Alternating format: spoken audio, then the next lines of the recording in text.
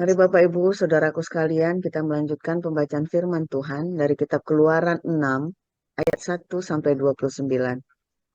Demikian firman Tuhan.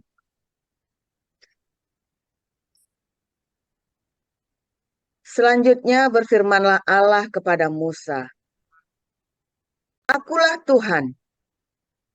Aku telah menampakkan diri kepada Abraham, Ishak, dan Yakub sebagai Allah yang Maha Kuasa. Tetapi dengan namaku, Tuhan, aku belum menyatakan diriku. Aku belum menyatakan diri.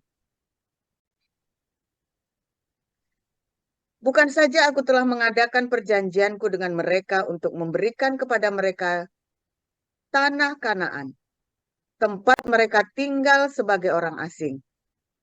Tetapi aku sudah mendengar juga orang-orang Israel yang telah diperbudak oleh orang Mesir. Dan aku ingat kepada perjanjianku. Sebab itu katakanlah kepada orang Israel, Akulah Tuhan. Aku akan membebaskan kamu dari kerja paksa orang Mesir, melepaskan kamu dari perbudakan mereka, dan menebus kamu dengan tangan yang teracung dan dengan hukuman-hukuman yang berat. Aku akan mengangkat kamu menjadi umatku, dan aku akan menjadi Allahmu, supaya kamu mengetahui bahwa akulah Tuhan Allahmu yang membebaskan kamu dari kerja paksa orang Mesir. Dan aku akan membawa kamu ke negeri yang dengan sumpah telah kujanjikan, memberikannya kepada Abraham, Ishak, dan Yakub, dan aku akan memberikannya kepadamu untuk menjadi milikmu. Akulah Tuhan. Lalu Musa mengatakan demikian kepada orang Israel. Tetapi mereka tidak mendengarkan Musa karena mereka putus asa dan karena perbudakan yang berat itu. Kemudian Tuhan berfirman kepada Musa, "Pergilah menghadap. Katakanlah kepada Fir'aun Raja Mesir bahwa ia harus membiarkan orang Israel pergi dari negerinya." Tetapi Musa berkata di hadapan Tuhan, "Orang Israel sendiri tidak mendengarkan aku. Bagaimanakah mungkin Fir'aun akan mendengarkan aku? Aku seorang yang tidak petah indah lidahnya." Demikianlah Tuhan telah berfirman kepada Musa dan Harun serta mengutus mereka kepada orang Israel dan kepada Fir'aun Raja Mesir dengan membawa perintah supaya orang Israel dibawa keluar dari Mesir. Inilah para kepala kaum keluarga mereka. Anak-anak Ruben, anak sulung Israel, Henok, Palu, Hezron, dan Karmi. Itulah kaum-kaum Ruben. Anak-anak Simeon, Yemuel, Yamin, Ohad, Yakin, Zohar, dan Saul, anak seorang perempuan Kanaan. Itulah kaum-kaum Simeon. Inilah nama anak-anak Lewi menurut urutan kelahirannya. Gerson, Kehat, dan Merari. Umur Lewi 137 tahun. Anak-anak Gerson, Libni, dan Simei menurut kaum mereka. Anak-anak Kehat, Amram, Yizar, Hebron, dan Uziel. Umur Kehat 133 tahun. Anak-anak Merari, Mahli dan Musi. Itulah kaum-kaum Lewi menurut urutannya. Dan Amram mengambil Yokebed, saudara ayahnya, menjadi istrinya, dan perempuan ini melahirkan Harun dan Musa baginya. Umur Amram 137 tahun. Anak-anak Isar, Korah, Nefek, dan Zikri. Anak-anak Uziel, Misael, Elsafan, dan Sitri. Dan Harun mengambil Eliseba, anak perempuan Aminadab, saudara perempuan Nahason, menjadi istrinya. Dan perempuan ini melahirkan baginya Nadab, Abihu, Eleazar, dan Itamar. Anak-anak Korah, Asir, Elkana, dan Abiasaf. Itulah kaum-kaum orang Korah. Eleazar, anak Harun, mengambil salah seorang anak perempuan Putiel menjadi istrinya, dan perempuan ini melahirkan Pinehas baginya. Itulah para kepala kaum keluarga orang Lewi menurut kaum mereka. Itulah Harun dan Musa yang diperintahkan Tuhan. Bawalah orang Israel keluar dari tanah Mesir menurut pasukan mereka. Merekalah yang berbicara kepada Firaun, raja Mesir, supaya mereka membawa orang Israel keluar dari Mesir. Itulah Musa dan Harun. Pada waktu Tuhan berfirman kepada Musa di tanah Mesir, Tuhan berfirman kepadanya, "Akulah Tuhan, katakanlah kepada Firaun, raja Mesir, segala yang kufirmankan kepadamu." Tetapi Musa berkata di hadapan Tuhan, "Bukankah aku ini seorang yang tidak petah lidahnya? Bagaimanakah mungkin Firaun akan mendengarkan aku?" Demikian.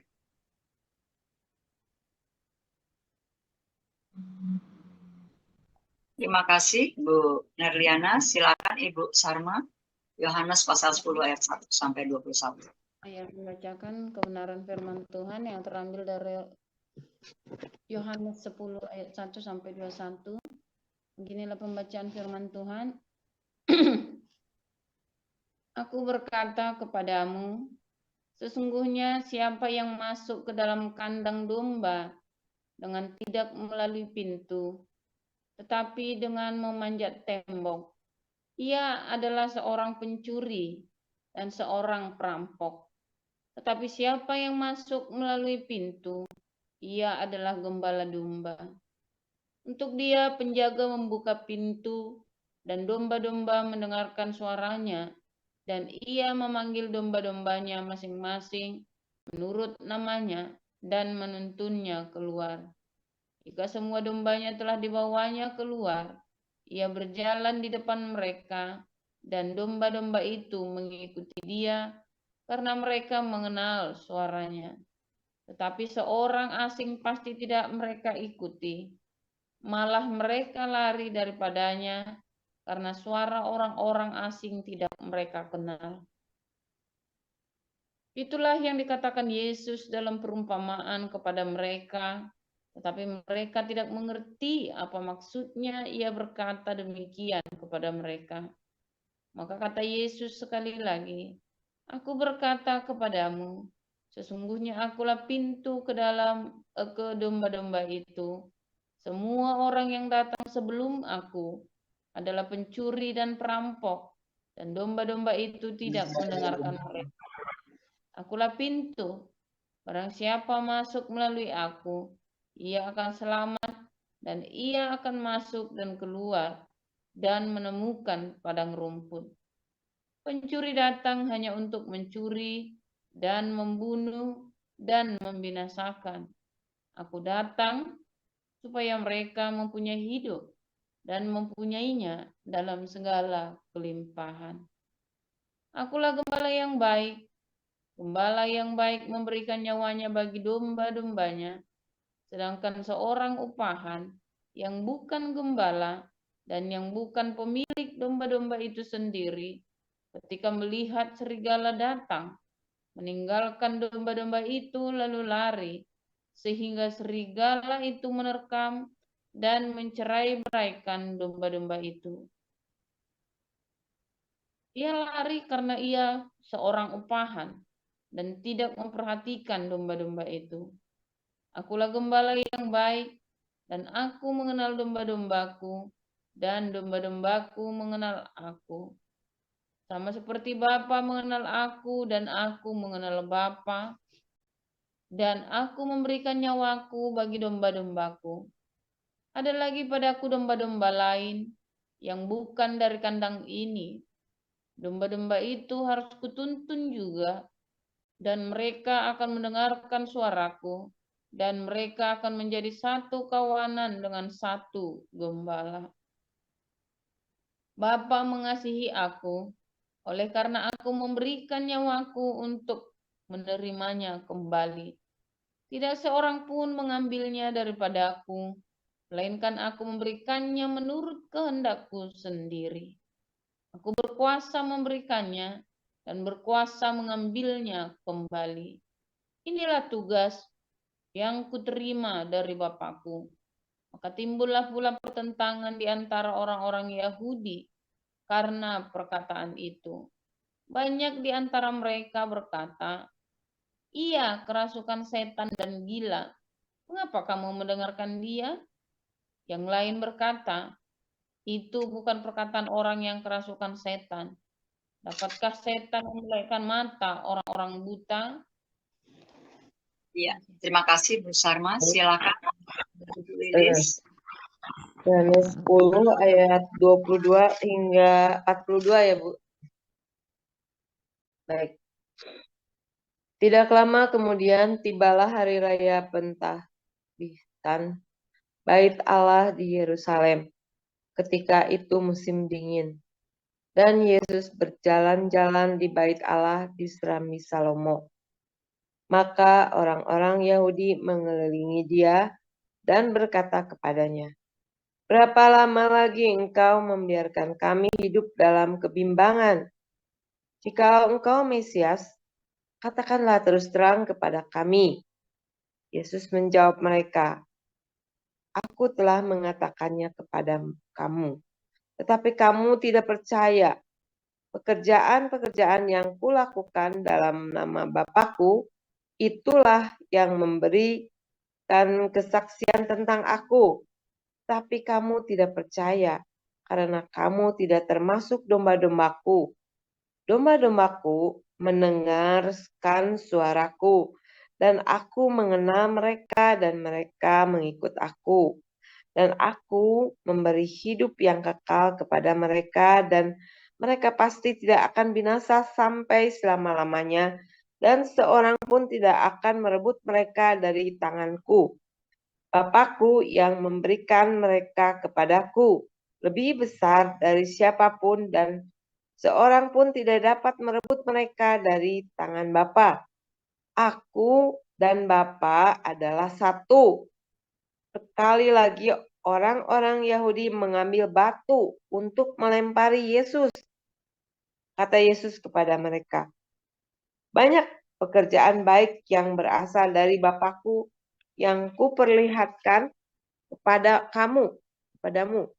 Pekerjaan manakah di antaranya yang menyebabkan kamu mau melempari aku?" Jawab orang-orang Yahudi itu, "Bukan karena suatu pekerjaan baik maka kami mau melempar engkau, melainkan karena engkau menghujat Allah dan karena engkau, sekalipun hanya seorang manusia saja, menyamakan dirimu dengan Allah." Kata Yesus kepada mereka, "Tidakkah ada tertulis dalam kitab Taurat kamu, aku telah berfirman, kamu adalah Allah? Jikalau mereka kepada siapa firman itu disampaikan disebut Allah, sedang kitab suci tidak dapat dibatalkan, masihkah kamu berkata kepada Dia yang dikuduskan oleh Bapa dan yang telah diutusnya ke dalam dunia, engkau menghujat Allah? Karena aku telah berkata, aku anak Allah. Jikalau aku tidak melakukan pekerjaan Bapa-Ku, janganlah percaya kepadaku. Tetapi jikalau engkau melakukannya dan kamu tidak mau percaya kepadaku, percayalah akan pekerjaan-pekerjaan itu, supaya kamu boleh mengetahui dan mengerti bahwa Bapa di dalam aku dan aku di dalam Bapa. Sekali lagi mereka mencoba menangkap Dia, tapi Ia luput dari tangan mereka. Kemudian Yesus pergi lagi ke seberang Yordan, ke tempat Yohanes membaptis dahulu, lalu Ia tinggal di situ. Dan banyak orang datang kepadanya dan berkata, Yohanes memang tidak membuat satu tanda pun, tetapi semua yang pernah dikatakan Yohanes tentang orang ini adalah benar. Dan banyak orang di situ percaya kepadanya. Demikian pembacaan firman Tuhan. Terima kasih, Bu Lilis. Ya, renungan firman Tuhan hari ini berjudul Kamu adalah Allah. Silakan, Pastor Paul. Haleluya, luar biasa firman Tuhan. Selalu baru setiap hari bagi kita semua yang mengasihi Tuhan. Sebentar, saya pindah channel dulu ya. Suara saya bagus kan? Apa putus-putus? Bagus. Bagus ya. Karena low bandwidth tadi ya. Apa-apa. Jadi, saudara, tadi kita membaca, ya ada yang menarik ya, dari cerita Musa ini ya. Kamu akan menjadi Allah bagi Firaun. Kamu kujadikan Allah bagi Firaun. Di dalam perjanjian lama ada 3 orang yang disebut Allah, saudara ya. 1, Musa. Kamu kujadikan Allah, Elohim, bagi Firaun. 2, Daud ya, Mazmur 86. Kamu adalah Allah, anak-anak Allah yang maha tinggi. Kemudian ada Samuel ya. Waktu si Raja Saul pergi ke tukang tenung di Endor, yang suruh manggil rohnya Samuel, terus perempuan ketakutan ya, rohnya Samuel keluar, aku melihat Elohim keluar dari bumi. Itu benar rohnya Samuel, saudara ya. Karena waktu itu mereka ada di Hades. Kalau sudah di Firdaus nggak bisa diturunin, nggak bisa, saudara ya. Tetapi kamu kan merasakan, tapi kamu nggak bisa nurunin roh, nggak bisa ngeluarin roh ke dunia nyata tuh nggak bisa kalau dia sudah di Firdaus ya, saudara ya. Nah, terus saudara ada 3 ya. Dan kemudian Yesus berkata, akulah Allah, anak-anak Allah yang maha tinggi. Wah, orang Yahudi kejang-kejang, saudara ya, ngamuk, saudara ya. Mereka lupa bahwa Musa, Samuel, Daud pun disebut Allah. Ya, artinya apa, saudara? Nampaknya mereka kebanyakan teori sampai yang tertulis lupa semua.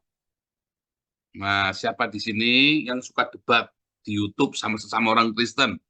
Wah, Universitas Yunation, saking semangatnya kebanyakan teori sampai kamu lupa ada ayat-ayat yang sederhana itu kamu lupa semua. Otak kamu cuma isi apa, saudara? Itu sesat sana, sesat itu bidat sana, bidat. Tidak karu-karuan, saudara. Ketika mulai ada perdebatan sesama orang Kristen, ya, saling bidat membidatkan, saya langsung di tengah, saudara. Ya, saya memiliki langkah yang kontroversial, beyond tari-tarian. Banyak orang, kemarin kita sudah ya, banyak orang beragama, ya, sehingga dia berdelusi, saudara, tentang Tuhannya. Dia nggak bisa berbuah. Hari ini saya kasih tahu kamu ya, banyak orang debat agama, debat Alkitab, sementara hidupnya nggak berbuah, saudara. Hati-hati. Kalau kamu rajin baca Alkitab, bagus. Amat sangat bagus kamu baca Alkitab. Tetapi kemudian kamu gunakan ayat-ayat tersebut buat nyerang orang lain yang tidak sama dengan kamu, atau buat nyerang pendeta, buat nyerang siapa saja ayat-ayatnya dipakai. Anda senang sekali ketika mendapat ilmu baru dari saya, lalu ayatnya buat nyerang orang lain, sementara Anda sendiri tidak hidup dengan firman itu, saudara. Akibatnya ada kebenaran yang luar biasa. Ini rahasia besar. Kamu adalah Allah. Kamu adalah Elohim. Kita semua yang lahir baru, maka hidup kita akan dipenuhi dengan Roh Kudus, saudara. Kalau hidup kita dipenuhi Roh Kudus, maka kita akan apa, saudara? Kita akan menjadi Elohim dengan sendirinya, saudara. Kan Roh Kudus menguasai hidupmu, penuh melimpah sampai tumpah ruah itu ya, urapan itu ya. Kamu ngomong ya, bara davar, saudara, tercipta sesuai dengan perkataanmu, saudara. Syaratnya kamu harus melimpah dengan ruh, dengan ruah hakodes, dengan hagia pneuma, dengan Roh Kudus. Kamu harus melimpah, itu syaratnya, nggak ada cara lain. Bagaimana cara melimpah dengan Roh Kudus? Apabila kamu hidup selalu membaca firman Tuhan dan berdiakonia, mengasihi, mengampuni, memberkati, hidup bersahaja, saudara. Ingat-ingat ya kata kuncinya ya, hidup bersahaja. Makanya hindari pendeta-pendeta yang berpakaian parlente, bermewah-mewah. Urapannya palsu, saudara. Mujizatnya palsu. Hati-hati, saudara. Ya. Tetapi Anda, ayo, hiduplah sederhana. Iya, Pak, mau mewah-mewah gimana, Pak? Motor aja belum lunas. Oh, belum tentu, saudara. Sederhana itu relatif, ya. Kamu gajinya cuma 4 juta, tapi kamu pengennya handphonenya yang harga 5 juta. Itu nggak sederhana hidupmu, saudara. Gajimu cuma 10 juta, tapi kamu pengennya, ya, laptopnya pakai Apple, ya, pakainya iPad, pakai iPhone 13 yang terakhir. Bajunya harus yang bermerek, ya kan? Wah, kamu nggak hidup sederhana, kopel kamu sudah biar gaji 10 juta juga. Bahkan gajimu 1 miliar pun, ya, penghasilanmu 1 miliar sebulan. Saya itu belajar dari siapa, saudara?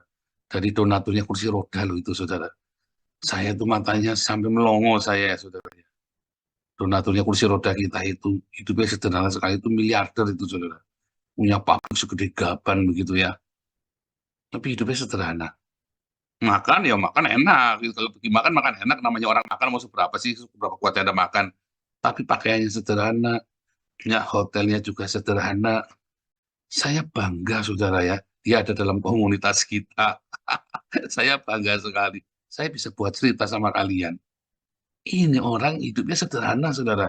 Nggak bermewah. Ini miliarder, kasih 1000 kursi roda buat kita. Berarti berapa tuh? Kalau satu kursi roda 4 juta saja ya, berarti dia kasih 4 miliar itu buat kita, itu saudara, donasinya tuh. Tapi hidupnya sederhana, bayangin, saudara. Ya, harusnya orang Anda semua yang masih pengen hidup bergaya hidup mewah malu, saudara ya. Ini orang kasih 4 miliar nih buat donasi buat komunitas kita saja, hidupnya sederhana. Hidup sederhana itu bukan Anda terus pakainya compang-camping, enggak. Ya, pakainya yang rapi, disetrika. Ya, rambutnya jangan sampai rambutnya enggak karu-karuan, botak-botak, sembawut-sembawut enggak karu-karuan, yang rapi, saudara ya. Tapi hidup sederhana, nggak usah pakai beli yang harus mahal, harus bermerek, nggak usah, saudara.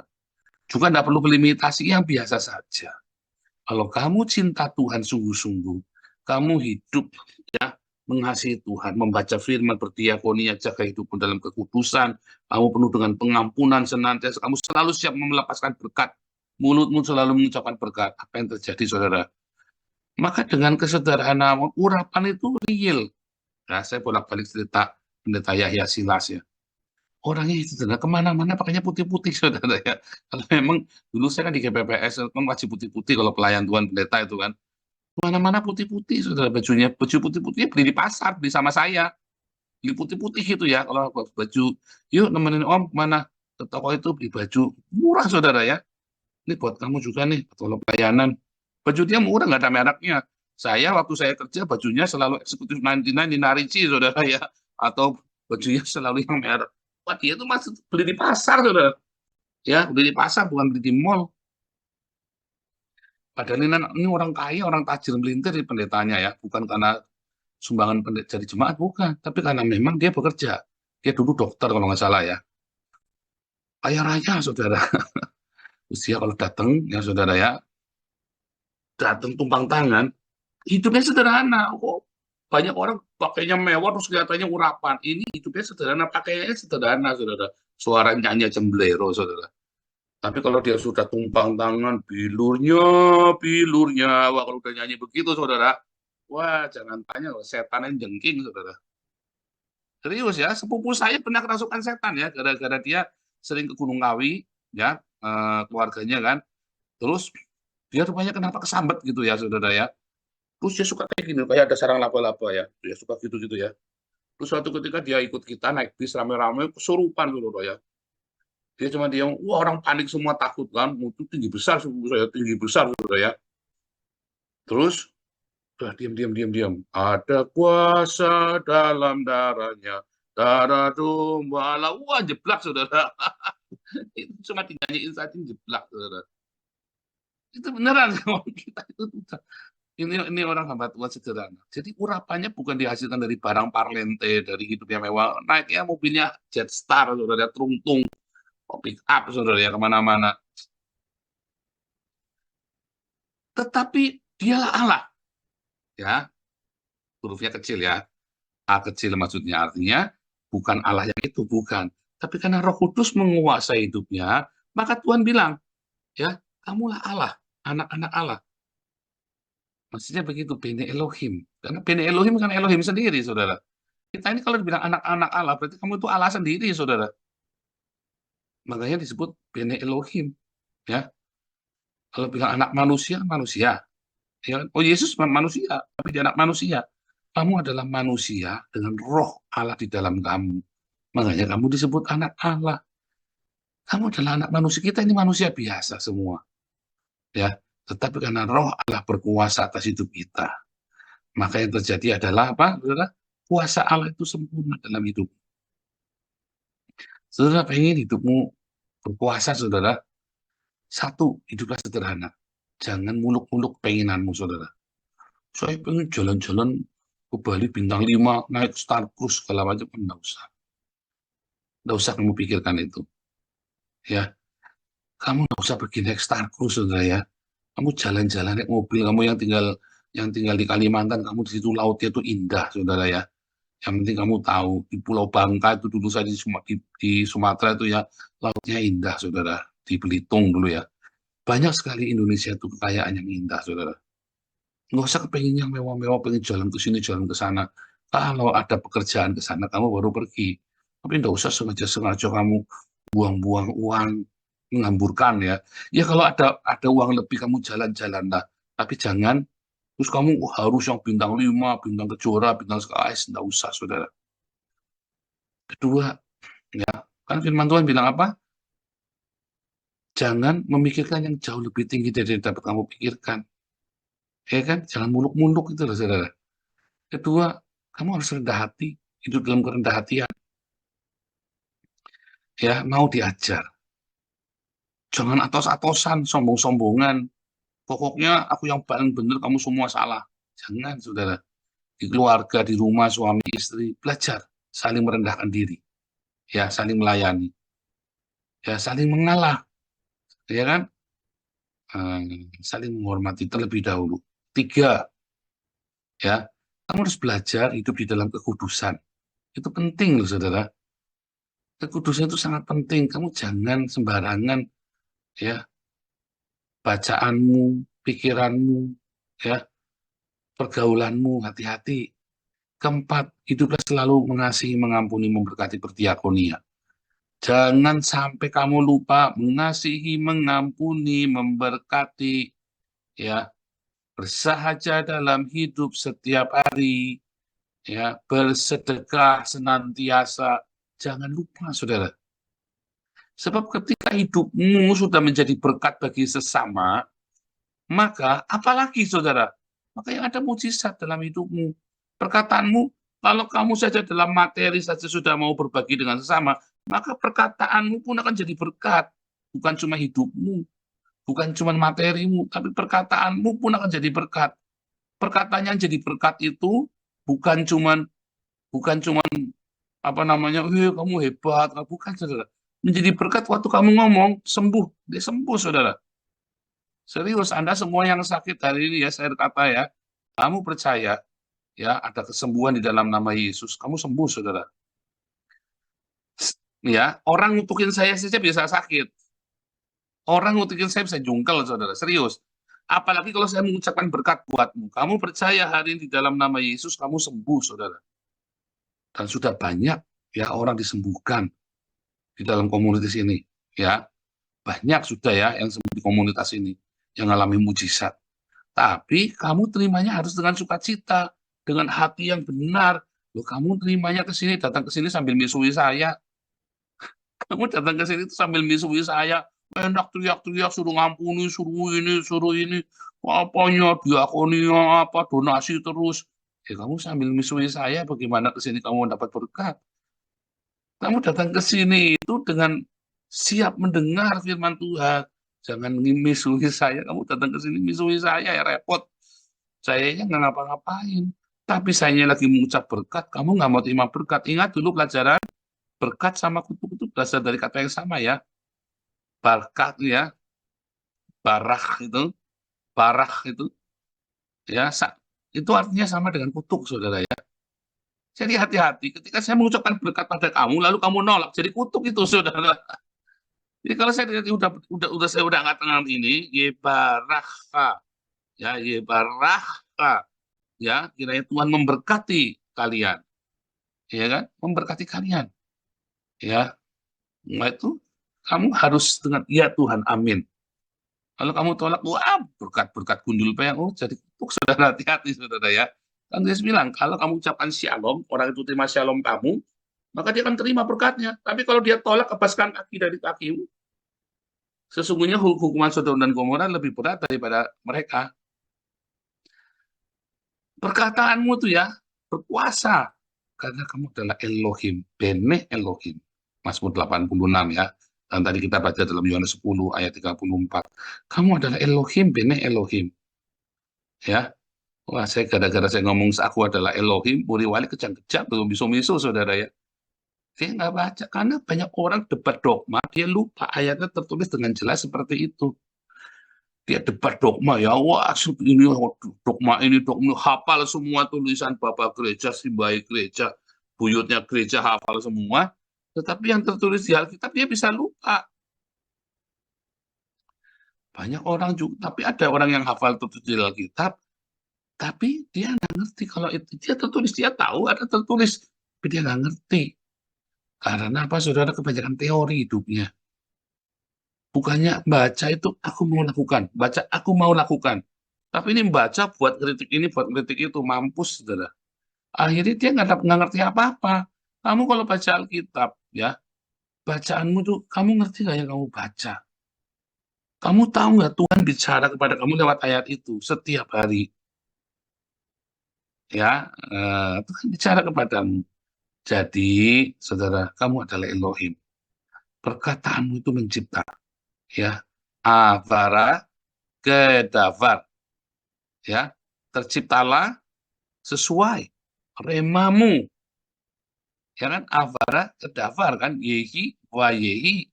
Terjadi maka terjadilah. Nah, jadi ayo saudara, kita hidup, beresin hidup kita. Kamu mau perkataanmu itu mencipta penuh kuasa, bukan retorika, ini beneran saya ngomong ya. Oh praktek, kalau saya ngomong itu dipraktekkan, dicoba, jangan. Ini kan pengajaran-pengajaran simpel setiap hari kan. Kamu coba praktekkan tiap hari. Kamu catat, kamu lagi mau bikin apa nih 2024. Ya, setiap tahun kan kita kasih tema. Ya, dulu saya pertama Jehovah Rafa, Jehovah Jireh, Jehovah Shalom, ya, Jehovah Syama, Jehovah Sebaot.